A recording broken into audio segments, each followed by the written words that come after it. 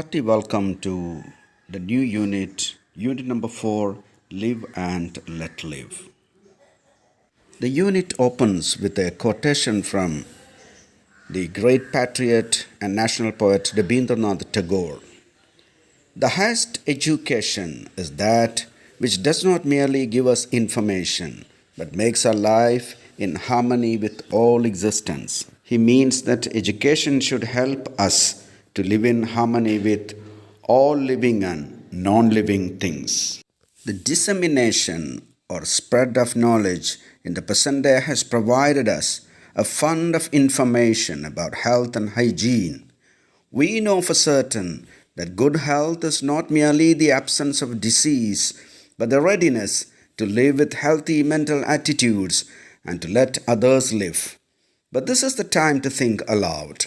What are we actually doing to protect the world around us and to maintain a healthy lifestyle?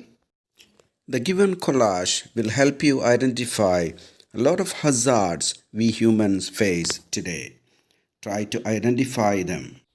There is industrial pollution, drought, deforestation, urbanization, waste accumulation, population explosion, drug abuse, and forest fire. Think about how we can solve them. Now, about the author.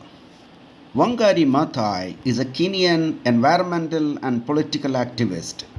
In the 1970s, Maathai founded the Green Belt Movement, an environmental, non-governmental organization which focused on the planting of trees, environmental conservation, and women's rights.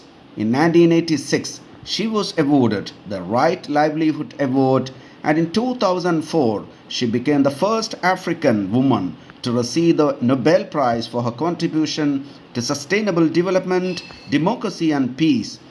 When a sapling is planted, is a Nobel Prize acceptance speech made at Oslo on December 10, 2004.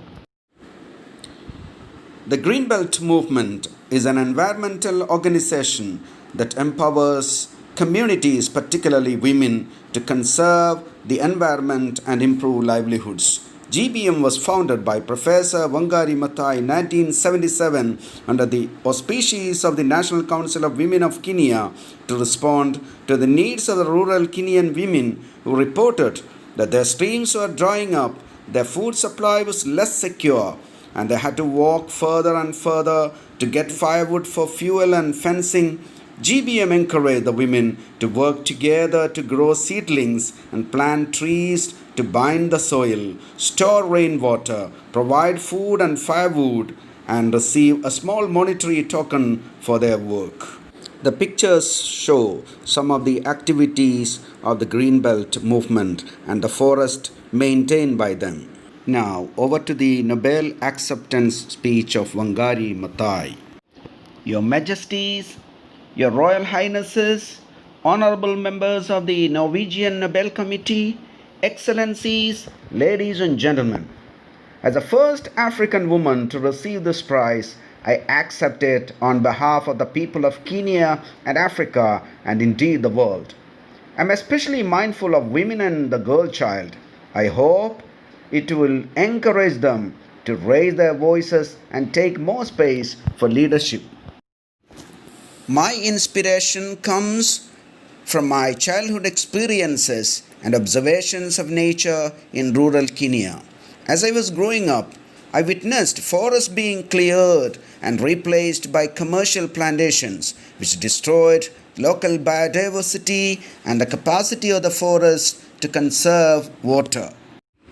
In 1977, when we started the Greenbelt movement, I was particularly responding to the needs identified by rural women, namely lack of firewood, clean drinking water, balanced diets, shelter, and income.